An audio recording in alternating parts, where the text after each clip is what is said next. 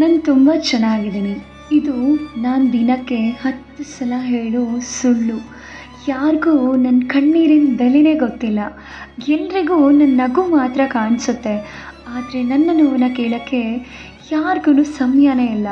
ಆದರೆ ನನ್ನ ಸೈಲೆನ್ಸನ್ನು ನೋಡೋಕ್ಕೆ ಎಲ್ಲರೂ ಕಾಯ್ತಾ ಇರ್ತಾರೆ. ಅದರಲ್ಲೆಲ್ಲರೂ ಎಕ್ಸ್ಪರ್ಟ್ಸೇ. ನಾನು ಮಾತಾಡದೆ ಸುಮ್ಮನೆ ಇದ್ದರೆ ಅದನ್ನು ಆ್ಯಟಿಟ್ಯೂಡ್ ಅಂತ ಅಂತಾರೆ. ಮಾತಾಡಿದ್ರೆ ಓವರ್ ಎಮೋಷ್ನಲ್ ಅಂತ ಅಂತಾರೆ. ನಾನು ಎಲ್ಲರ ಜೊತೆ ನಗ್ತೀನಿ, ಆದರೆ ರಾತ್ರಿ ಆದರೆ ನನ್ನ ಮನಸ್ಸು ನನ್ನನ್ನೇ 100 ಪ್ರಶ್ನೆ ಮಾಡುತ್ತೆ.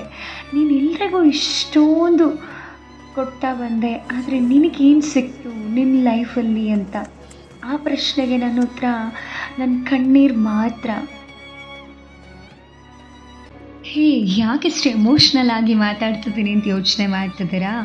ಹೌದು, ನಾವಿವತ್ತು ಮಾತಾಡ್ತಾ ಇರೋದು ಕಟಕ ರಾಶಿಯವರ ಬಗ್ಗೆ. Welcome to Parikshit astro. ಇವತ್ತಿನ ನಮ್ಮ ಈ ವಿಡಿಯೋದಲ್ಲಿ ನಾವು ಕಟಕ ರಾಶಿಯವರ ಆಜನ್ಮ ರಹಸ್ಯಗಳು ಹಾಗೆ ಕಟಕ ರಾಶಿಯವರಿಗೆ ದೇವರು ಕೊಟ್ಟ ಶಾಪಗಳ ಬಗ್ಗೆ ಡಿಸ್ಕಸ್ ಮಾಡ್ತಾ ಇದ್ದೇವೆ.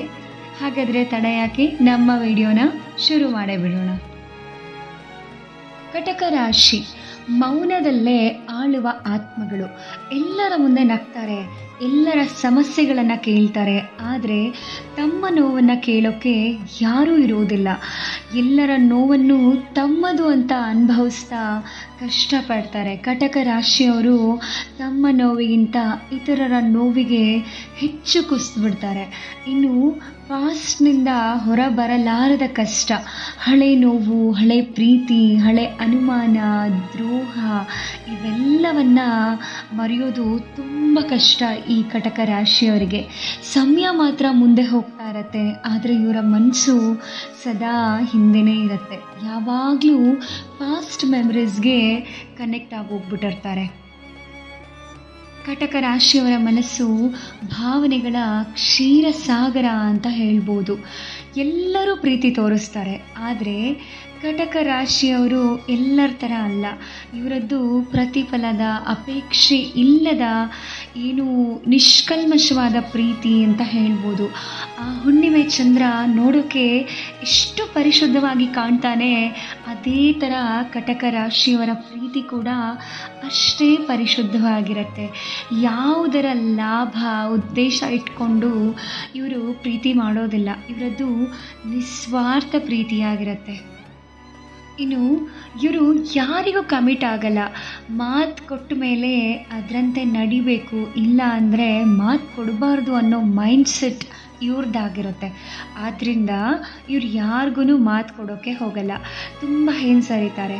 ಹಾಗೆ ಇವರು ಇವ್ರಿಗೆ ಯಾರಾದರೂ ಟ್ರಿಪ್ಗೆ ಅಂತ ಕರೆದ್ಬಿಟ್ರೆ ನೋಡೋಣ, ಹೇಳ್ತೀನಿ, ಬರಬೇಕು ಅಂತ ನನಗೂ ಆಸೆ ಇದೆ, ಬಟ್ ಗ್ಯಾರಂಟಿ ಕೊಡಲ್ಲ ಅಂತ ಈ ರೀತಿ ಆರಾಮಾಗಿ ಮಾತಾಡ್ಬಿಡ್ತಾರೆ. ಇದ್ರ ಉದ್ದೇಶ ಏನು ಗೊತ್ತಾ? ಇವ್ರಿಗೆ ಆ ಥರ ಟ್ರಿಪ್ಪೆಲ್ಲ ಇಷ್ಟ ಆಗಲ್ಲ, ಬದಲಾಗಿ ಸದಾಕಾಲ ಮನೇಲೇ ಟೈಮ್ ಸ್ಪೆಂಡ್ ಮಾಡಬೇಕು. ಅದಕ್ಕೋಸ್ಕರ ಟ್ರಿಪ್ ಹೋಗೋದನ್ನು ಕ್ಯಾನ್ಸಲ್ ಮಾಡ್ಕೊಂಡ್ಬಿಡ್ತಾರೆ. ಬಡತನ ಇವರ ಶಕ್ತಿ. ಹೇಗಪ್ಪ ಅಂತ ಅಂದರೆ, ಕರ್ಕಾಟಕ ರಾಶಿಯವರು ಯಾವಾಗಲೂ ಒಂಟಿಯಾಗಿರ್ತಾರೆ. ಆವಾಗ ಇವರ ಶಕ್ತಿ, ಇಂಟ್ಯೂಷನ್, ಕ್ರಿಯೇಟಿವಿಟಿ ತುಂಬ ಜಾಸ್ತಿ ಆಗತ್ತೆ. ಇದರಿಂದ ಜನ ದೂರ ಆಗ್ತಿದ್ದ ಹಾಗೆ, ಜನರಿಂದ ದೂರ ಇದ್ದಾಗಲೇ ತಮಗೆ ತಮ್ಮ ಶಕ್ತಿಯ ಬಗ್ಗೆ, ತಮ್ಮ ಇಂಟ್ಯೂಷನ್, ತಮ್ಮ ಸಿಕ್ಸ್ ಸೆನ್ಸ್ ಬಗ್ಗೆ ಚೆನ್ನಾಗಿ ಅವೇರ್ನೆಸ್ ಮೂಡುತ್ತೆ. ಕುಟುಂಬದ ಪ್ರೀತಿ. ತಾಯಿ, ಕುಟುಂಬ, ಮನೆ ಇವರ ಜೀವನದ ಕೇಂದ್ರ ಬಿಂದು ಅಂತ ಹೇಳ್ಬೋದು. ಕುಟುಂಬಕ್ಕಾಗಿ ತಮ್ಮ ಕನಸುಗಳನ್ನು ಬಲಿಕೊಡಲು ಸದಾಕಾಲ ಸಿದ್ಧರಿರ್ತಾರೆ. ಫಸ್ಟ್ ಪ್ರಿಯಾರಿಟಿ, ಫಸ್ಟ್ ಪ್ರಿಫರೆನ್ಸ್ ಫ್ಯಾಮಿಲಿನೇ ಆಗಿರುತ್ತೆ ಈ ಕಟಕ ರಾಶಿಯವರಿಗೆ. ಇನ್ನು ಮನಸ್ಸಲ್ಲಿ ಎಷ್ಟೇ ನೋವಿದ್ರೂ ಕೂಡ ಹೊರಗಡೆ ನಗ್ತಾ ಇರ್ತಾರೆ. ಒಳಗಡೆ ಸುಟ್ಕೊಂಡ್ರೂ ಕೂಡ ಹೊರಗಡೆ ಕೂಲ್ ಆ್ಯಂಡ್ ಕಾಮ್ ಆಗಿ ಇರ್ತಾರೆ. ತಮ್ಮ ನೋವು, ತಮ್ಮ ಭಾವನೆಗಳನ್ನು ಹೈಡ್ ಮಾಡ್ಕೊಳ್ತಾ ಇರ್ತಾರೆ. ಕಟಕ ರಾಶಿಯವರು ತರ್ಕಕ್ಕಿಂತ ಭಾವನೆಗಳಿಗೆ ಅತಿ ಹೆಚ್ಚು ಪ್ರಾಮುಖ್ಯತೆಯನ್ನು ಕೊಡ್ತಾರೆ, ಅತಿ ಹೆಚ್ಚು ಮೌಲ್ಯವನ್ನು ಕೊಡ್ತಾರೆ, ಅತಿಯಾದ ಬೆಲೆಯನ್ನು ಕೊಡ್ತಾರೆ. ಇವರ ನಿರ್ಧಾರಗಳು ಲಾಜಿಕ್ಕಿಂದ ಕೂಡಿರುತ್ತೆ. ಹಾರ್ಟ್ ಬೇಸ್ಡ್ ಡಿಸೈನ್ ಅಂತ ಹೇಳ್ಬೋದು ಇವರು. ಸೊ ಇವರಿಗೆ ಮನಸ್ಸಿಗೆ ಸರಿ ಅಂತ ಅನಿಸಿದ್ರೆ ಎಲ್ಲರೂ ಇವರ ವಿರುದ್ಧ ನಿಂತರೂ ಸಹ ಅದು ಸರಿ ಅಂತಲೇ ವಾದ ಮಾಡ್ತಾರೆ. ತಪ್ಪು ಅಂತ ಅನ್ನಿಸ್ಬಿಡ್ತು ಅಂದರೆ ಜಗತ್ತು ಇವ್ರ ವಿರುದ್ಧ ನಿಂತರೂ ಸಹ ನಿರ್ಧಾರನ ಮಾತ್ರ ಚೇಂಜ್ ಮಾಡೋ ಸೀನೇ ಇಲ್ಲ. ಇದು ಕಟಕ ರಾಶಿಯವರ ಬಗ್ಗೆ. ಹೀಗೆ ಸಾಕಷ್ಟು ಮಾಹಿತಿಗಳನ್ನು ನಮ್ಮ ಚಾನೆಲ್ ಮೂಲಕ ನಿಮಗೆ ತಿಳಿಸ್ಕೊಡ್ತೀವಿ.